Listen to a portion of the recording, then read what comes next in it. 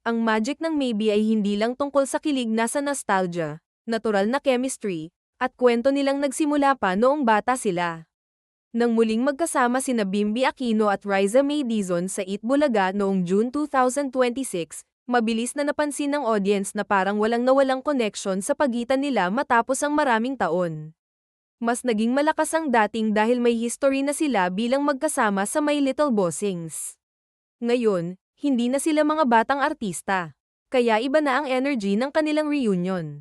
Nagbiruan sila, nagbalikan ng memories, at nagkaroon ng mga eksenang kusang nagpaingay sa studio. Maging si Bimbi ay nagsabing gusto niyang maibalik ang dati nilang friendship matapos silang mawalan ng contact.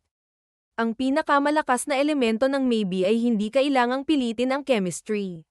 May shared history na, may familiarity, at may audience na nakasaksi sa kanilang paglaki.